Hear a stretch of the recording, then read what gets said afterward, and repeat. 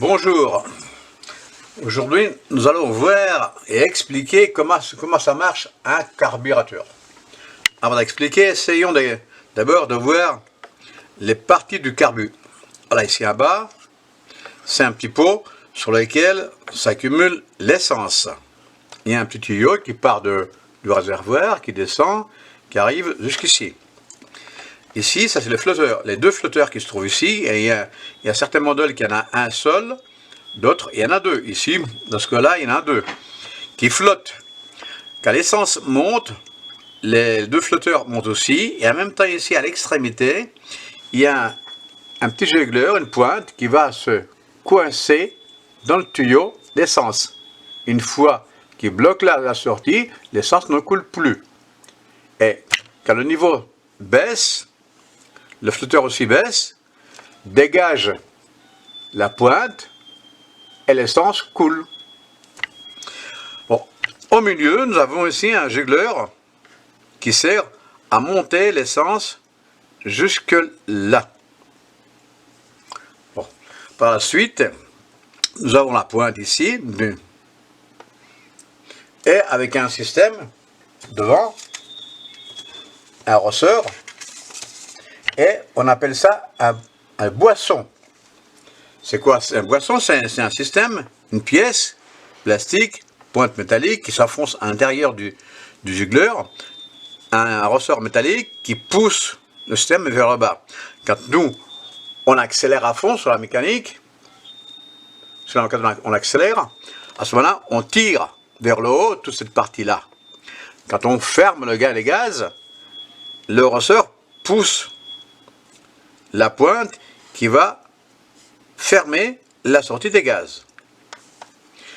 À l'extrémité ici, nous avons un bouchon qu'on appelle ça un papillon. C'est quoi un papillon d'air? C'est quoi? C'est quand nous, on veut démarrer le moteur, quand il y a des difficultés de démarrer, on coupe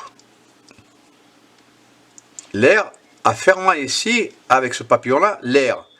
Et ça oblige, par l'aspiration, d'aspirer un peu plus d'essence. Et c'est comme ça qu'on arrive à démarrer un moteur quand c'est un peu difficile. Quand le moteur démarre, à ce moment-là, on le met à l'horizontale, le papillon, de sorte que l'air rentre maximum à l'intérieur. Cette partie-là, on appelle ça un venturi. Venturi, c'est quoi? C'est un venturi à l'horizontale.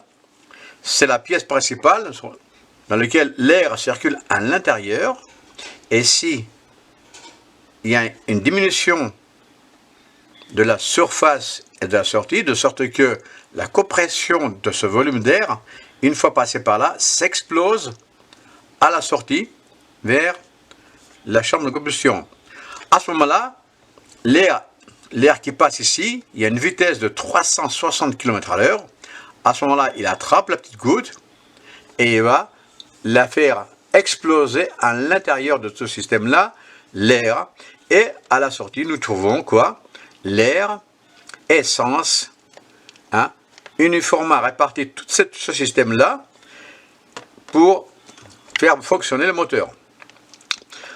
L'air et essence, il y a une valeur qu'on appelle ça la valeur explosion du moteur. Ça veut dire quoi? Ça veut dire que le mélange doit être correct, c'est-à-dire qu'il doit avoir une partie essence et 14,7 air. Cette partie-là, c'est l'idéal pour bien fonctionner un moteur.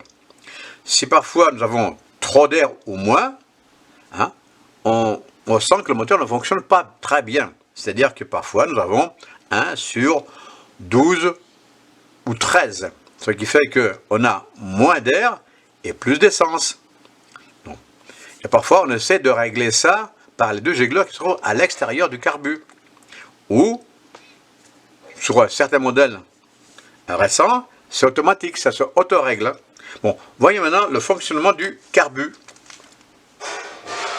Vous voyez comment ça marche?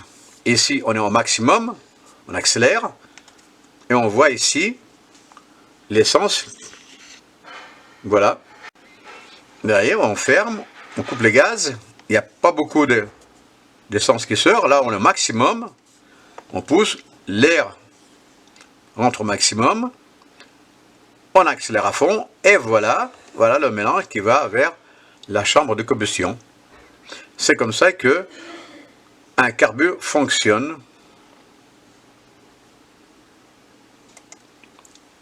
Voilà, ici se termine cette vidéo-là. Et si vous voulez, pour les prochaines vidéos qui arrivent, inscrivez-vous. Il y en a d'autres qui arrivent, des vidéos mécaniques. Allez, au revoir et merci.